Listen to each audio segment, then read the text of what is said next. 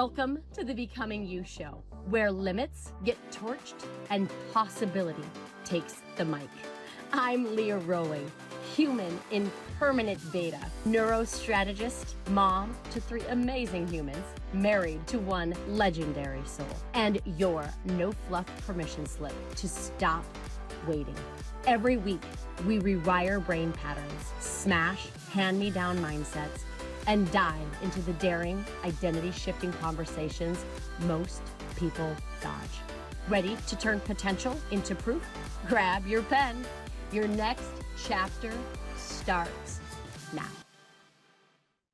Hello, my beautiful friend. Welcome back to the show. I am your host, Leah Rowling, and I am really excited about this conversation. And so I'm going to get right into it because it's one that I think is probably overshared,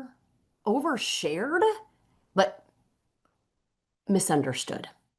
And that is this conversation about worthiness. Okay. And I want to start by planting a seed that there is a payoff to staying unworthy. Okay. And I do want you to hear that again, because I don't think we say it loud often enough, right? There is a payoff to staying unworthy. And until we name it, until we look at it honestly, we are going to keep paying for proof we never needed in the first place. We are going to keep gathering evidence. We're going to keep performing. We're going to keep negotiating with our own lives for permission to be fully in them. We are going to keep wondering why nothing we accumulate ever quite fills the hole it was supposed to fill. And today we're going to talk about that. We're going to talk about worth, not in a way that you've heard it before, right? Not another reminder that you are enough and that you're worthy and that you had nothing to do with it and it's your birthright. No, right? You already know you're supposed to be enough. Right? All the books say it. All the podcasts on worthiness say it. That's not the problem. The problem is that somewhere along the way, the simplest truth in the world, right, that you are worthy, became the hardest one to actually live. And I want to know why. I wanted to know why. And that understanding, along with the topic of the month of May in our inner lab, kind of got me thinking, right? The whole month of May, we're talking about courage inside the lab, right? That is the place where we have our membership, where we experiment, the place where we come together and work on our lives, not just in them, okay? We spend the entire month unpacking these topics, these leadership tools, skills. And in this month, we're unpacking what courage actually is, right? Not the Instagram version, not the inspirational quote version, the real version, the kind that costs you something. And when I sat down to ask myself, what is the first courage, right? What is the first courage? What is the source code, the foundation, the one that every other courage rests on? Huh? The answer was immediate. Immediate. It's the courage to choose your own worth, right? I want to let that sit. If we know, right, that we're worthy, if you listen to any book, like I said at the very beginning, any podcast, it's something that you claim, they say, right? You just own it. You just declare it, okay? If that was as simple as it is, then why are we not all just walking around feeling worthy? And I think, or what I'm petitioning here on this conversation, is that choice is a courageous one. Because here's what I've learned, and I've learned it the hard way over decades. Okay. You cannot summon the best of who you are if you don't know who you are. And you can't know who you are if you're still outsourcing and delegating and performing your worth for everyone else's approval. So that is where we start this month, right at the root. Okay. And so I want to offer you a phrase today, a concept today, uh, something kind of to turn over in your head, in your hands, kind of for the next, I don't know, 20 something minutes as we bring this conversation forward. And just see if it fits. Just see if it resonates.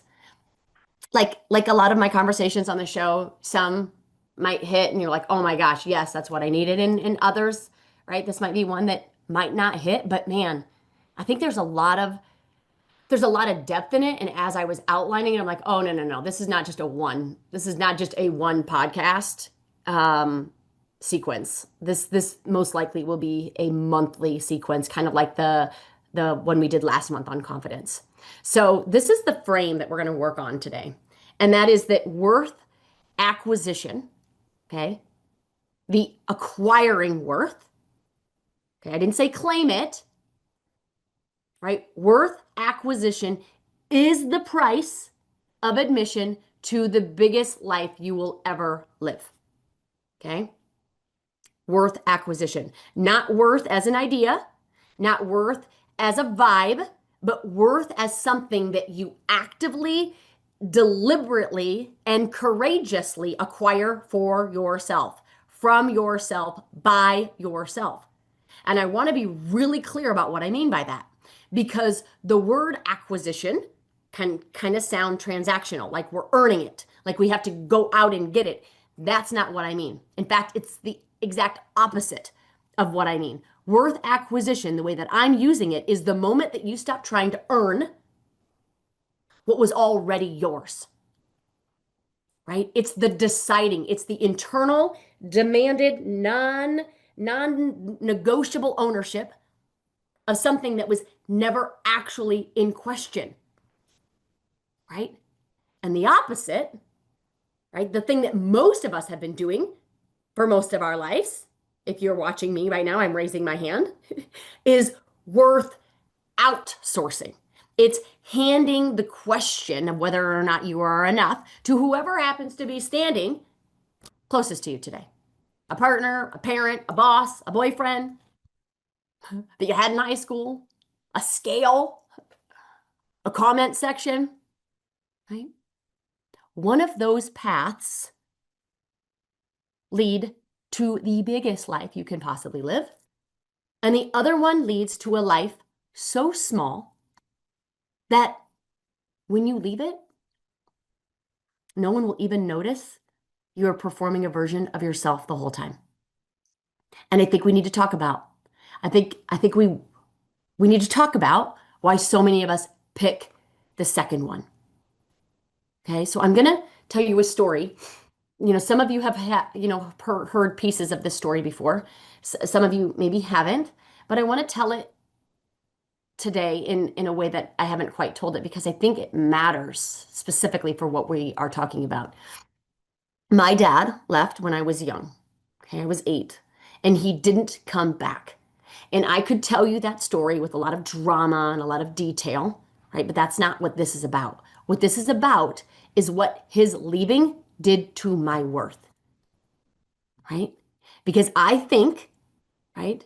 And I've done the work, right? And I've thought about this for a really long time.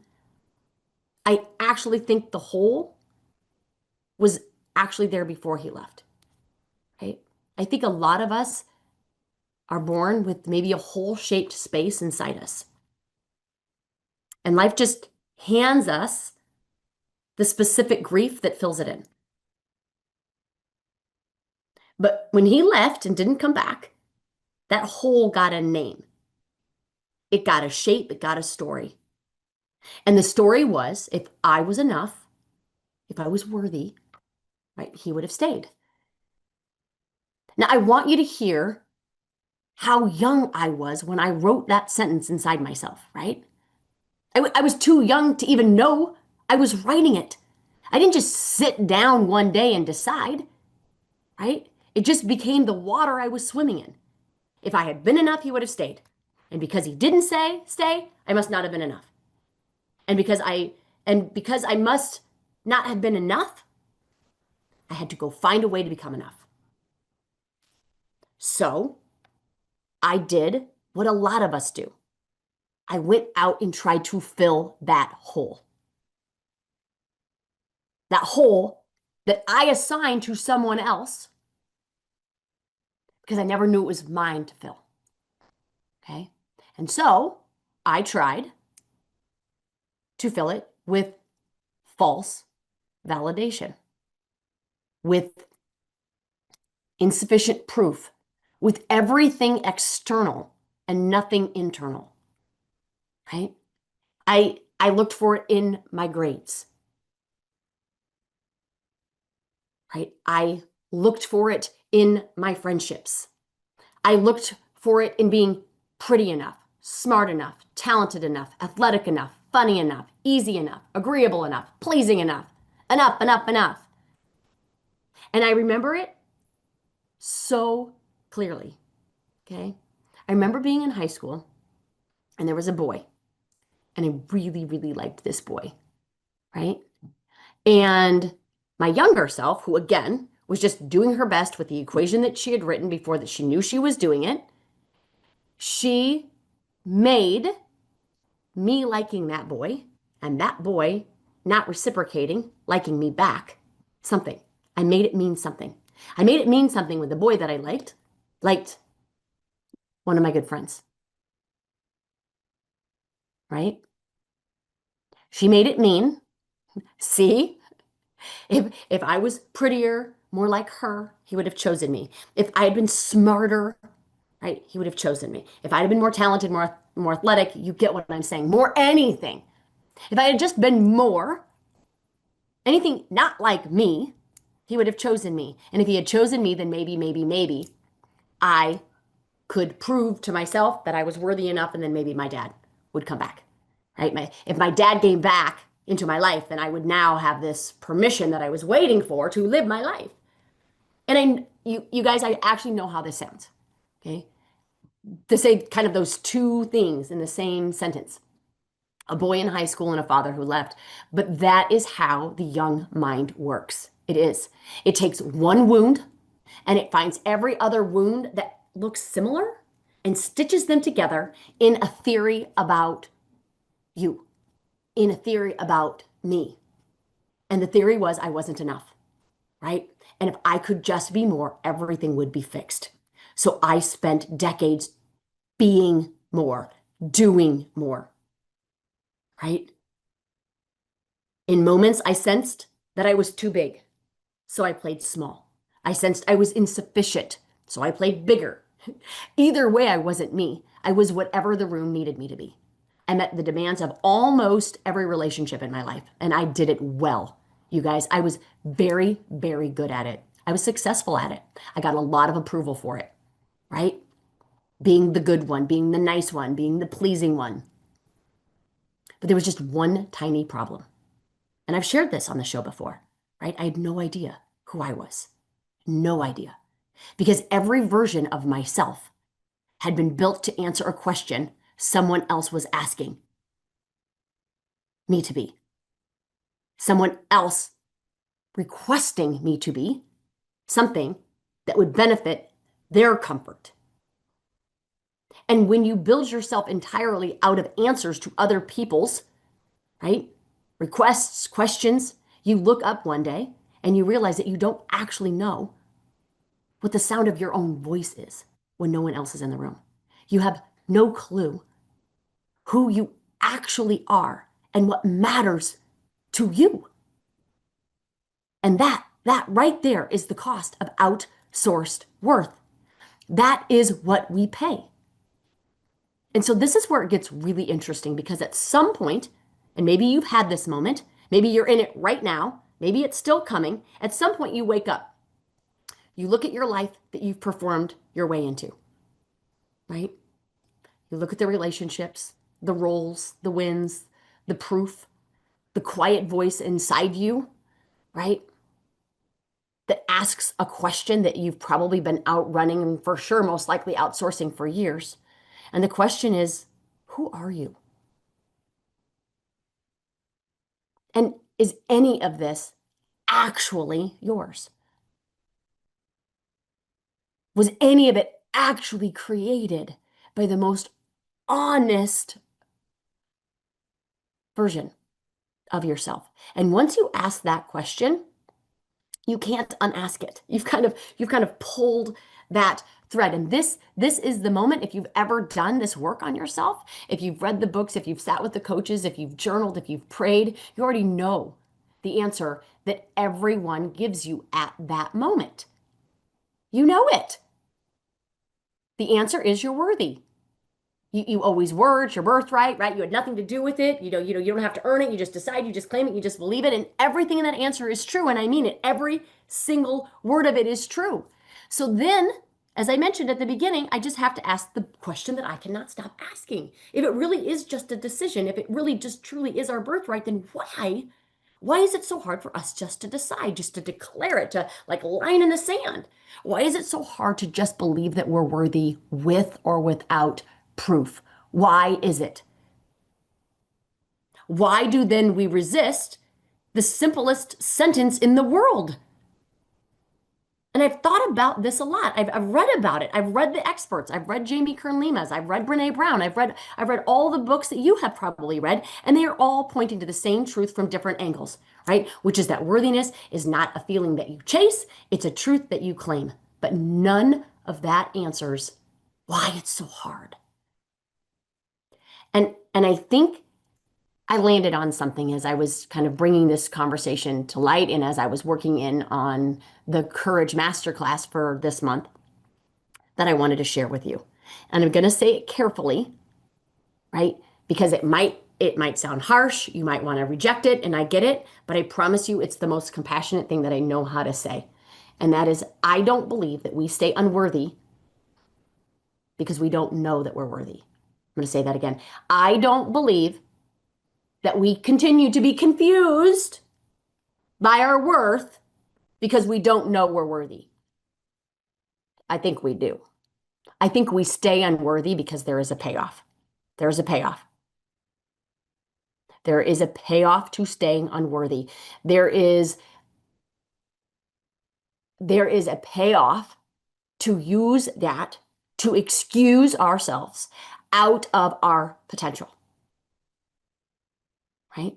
Because if we're performing, if we are being anything other than who we are, then if somebody rejects us, they're not even really rejecting us. I want you to let that land. If I'm waiting for my father to come back into my life to give me permission to live it, then that is a payoff. I can just blame him for the small life that I have, that I had. Okay. And that's the disruption of this entire episode. That's the thing that I want you to take with you today. Okay. The reason we don't talk about it is because naming it makes us responsible for it. Okay. And we would much rather, and I say this, oh my gosh, with so much love, we'd much rather be victims of our own unworthiness than the author of it. Right? Because if we're the author of it, well, then we could also be the author of something else.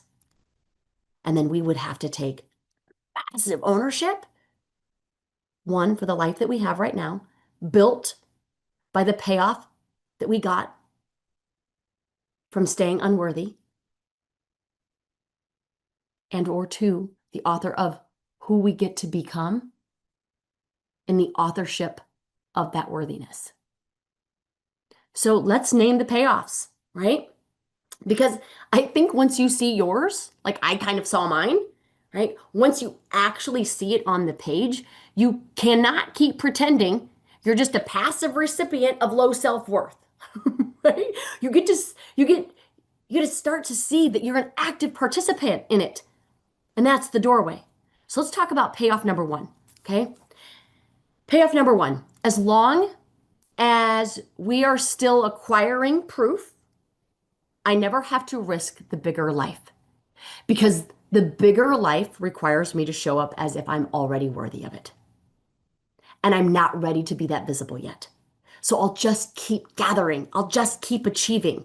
Right? For me, it was I'll just get one more certification, one more academic certification in the field of coaching, in the field of neuroscience, in one more client, right? One more pound off, one more thing, and then I'll be ready. Right? And then, of course, I'm never ready because the proof isn't the point. The delay is the point. The delay is the point. Payoff number 2. So payoff number 1 is that as long as I'm still acquiring proof, I never have to put myself out there to meet my potential and to possibly be rejected by others. Okay? That's a pretty good reason, if I do say so myself. Okay? Payoff number 2, as long, and I think I alluded to this, as long as I'm performing, I really can't be rejected because it's the performance being rejected, not me, right? And that is a very clever thing, right? The performing self figured out. I know mine was very clever, right? If they don't love me, right? They don't love the character I'm playing, then the real me is still safe, still hidden, still unknown, and still unmet. That's payoff number 2. And I see it a lot in my coaching clients, right? Kind of afraid to be vulnerable and honest about who they really are. That's a big one. Payoff number 3, right? I think that, and this is not as well vetted out in my mind, but at least for me, unworthiness is a hiding place, dressed up as, I'll just call it humility, right? We've made smallness a virtue. We've made self-deprecation a personality, right? We have made it socially acceptable, even attractive, right, to be a woman who doesn't take up too much room. And if you're like me, and you came up in a family where being chosen was conditional, small felt safer than seen. Okay?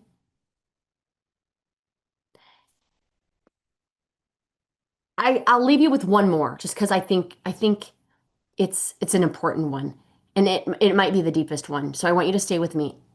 As long as I believe I am unworthy, I just get to postpone the conversation with myself about what I would do if I knew I was worthy. I get to postpone the dream. I get to postpone the ask. I get to postpone the boundary, the leap, the truth, the goodbye, the hello. I get to postpone my own life. And that postponement feels like safety, but it's not safety. It's a slow, quiet, decades long negotiation with the version of you that was always supposed to show up. Always supposed to show up. So I don't believe that unworthiness is, I don't believe it's a condition that we suffer from. I think it's a strategy that we are using. And that's a strategy that we're using in order to keep our lives smaller than they could be, to keep you unseen, unmet, unheard, right? And the moment that we see it as a strategy, we can choose a different one. And so this is where we get to come back to courage, because this whole month in Inner Lab, we're talking about courage. And this is the first courage. This is the source code. Okay? The courage to claim your worth is not a dramatic, made for movies kind of courage. It is quieter than that and also harder than that. It's the courage to allow people to be uncomfortable with your fullness. It is the courage to allow other people to be disappointed when you stop performing the version of you that they had gotten really comfortable with. Okay? It's the courage to own, and this one is the hard one.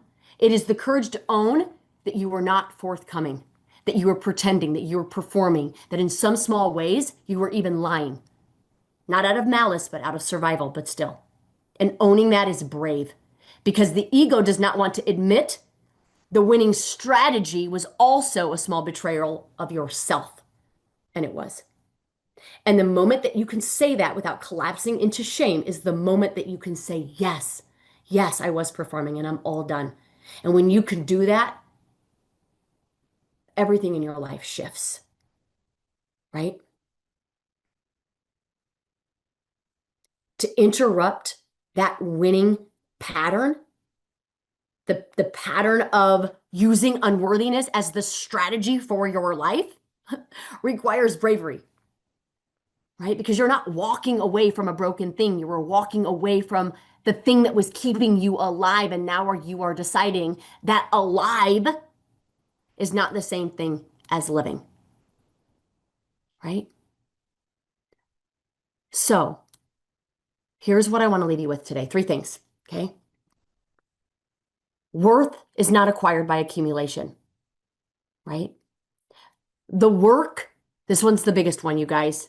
The work is not to become worthy. The work is to stop performing unworthiness. Those are 2 completely different jobs. One, right? One of them is infinite and exhausting and will never be finished. That is the work of becoming worthy. That's exhausting. It's infinite. Okay, that's not what I'm asking you to do. What I'm asking you to do today is to stop performing unworthiness. That can be done today. And the second is a decision, right? I want you to make it right now with me for the next 24 hours. I'm not asking you to believe you're worthy forever. I'm just asking you for 24 hours, you're going to live as if the question of your worth is already settled. And I want you to see the strategic pattern in your choosing unworthiness for your life. What does that look like? And the last one is practice. Practice. Where in my life am I still gathering proof of my worth? Where am I still outsourcing my worth? And what would I do differently today if I knew that proof was not required? Where in my life am I using unworthiness as an excuse to live a bigger life? Where am I using it as a strategy? Okay. So those are my 3 invitations for you in this podcast. The other one is come back next week. We're going to dive a little bit deeper into this idea of worth acquisition, not in becoming worthy, but in the cease of performing unworthiness. And the other one is if you're not in our membership, in the show notes, there's a link. Come with us inside the lab. Come with us inside the lab so that you can begin to see and witness how unworthiness has played out as a strategic byproduct of the life that you're living. And in the lab, you can experiment with a completely different strategy. That's what we're talking about in the lab this month. And I hope you will join us in there. And if not, I'll see you in the next conversation. Have a beautiful one, everybody. Take care. Bye-bye. If this episode cracked something open, good. Let it. And then head to leahrollingcoaching.com and grab the tools to rewire the story and reclaim your future. It is yours. And then share this with someone who's still waiting to be chosen, still waiting for permission, and remind them they don't need a breakthrough, that they are the breakthrough. Until next time, my beautiful friends, invest in you and keep becoming.